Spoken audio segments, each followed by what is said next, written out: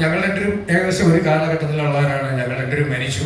ഞങ്ങൾ നേരെ അങ്ങ് മുകളിലോട്ട് ചെന്നു. അവിടെ ചെന്നപ്പോൾ ചിത്രഗുപ്തരൊക്കെ ഉണ്ട്. നരകം വേണോ സ്വർഗം വേണോ എന്ന് ചോദിച്ചപ്പോൾ ഞാൻ പറഞ്ഞു സ്വർഗം മതി എന്ന് പറഞ്ഞപ്പോൾ എൻ്റെ കൂട്ടുകാരൻ എന്നെ ഒരു നുള്ളിയിട്ട് പറഞ്ഞു പതുക്കെ പറയണം, നമുക്ക് രണ്ടും ഒന്ന് കാണാമെന്ന് പറഞ്ഞു. അങ്ങനെ ഞങ്ങൾ സ്വർഗവും നരകവും ഒന്ന് കാണാൻ തീരുമാനിച്ചു.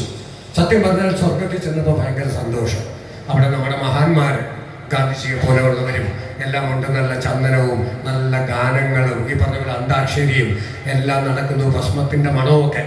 ഞാൻ പറഞ്ഞു ഇത് മതി എന്ന് പറഞ്ഞപ്പോൾ അപ്പോഴും പുള്ളി എന്നെ ഒരു നുള്ളിയാണ് മറ്റോടെ കാണാമെന്ന് പറഞ്ഞു. അവിടെ ചെന്നപ്പോൾ ശരിക്കും പറഞ്ഞാൽ ഞങ്ങൾ ഞെട്ടിപ്പോയി. അടിപൊളി സിൽക്ക് സ്മിതയുടെ ഡാൻസ്, ബിയർ, മദ്യം എല്ലാം ഉണ്ട്. അപ്പം ഞാനും പറഞ്ഞു എന്നാൽ പിന്നെ ഇത് മതി എന്ന് പറഞ്ഞ് നരകത്തിലോട്ട് എൻട്രി ചെയ്തു.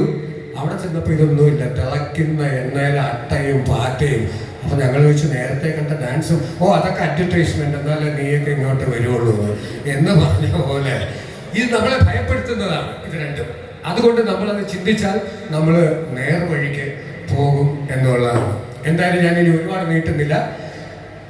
സജിൻലാലും ഞാനുമായിട്ടുള്ളൊരു സൗഹൃദം എന്ന് പറയുന്നത് സിനിമയിലൂടെയാണ്.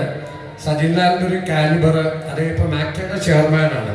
അത് അപൂർവം ചിലർക്ക് മാത്രമേ കിട്ടും. കാരണം എല്ലാവരും കൂടെ വോട്ട് ചെയ്താൽ മാത്രം കിട്ടുന്ന ഒരു പ്രസ്ഥാനമാണ് അദ്ദേഹത്തിന്. അത് ഭയങ്കര ഒരു ഭാഗ്യമെന്ന് തന്നെ ഞാൻ പറയുന്നു. ഭാഗ്യമാണ്. കാരണം ഭാഗ്യം വരുന്നത് എപ്പോഴാണ്? നമ്മുടെ പ്രവൃത്തിയിലൂടെ അല്ലെങ്കിൽ നമ്മുടെ സൗഹൃദങ്ങളിലൂടെ. ഇതിന് സിനിമയിലുള്ള എല്ലാവരും വോട്ട് ചെയ്യണമെന്നില്ല, പക്ഷെ പുള്ളിക്ക് എല്ലാവരും വോട്ട് ചെയ്തത് സൗഹൃദം, ആ പെരുമാറ്റം.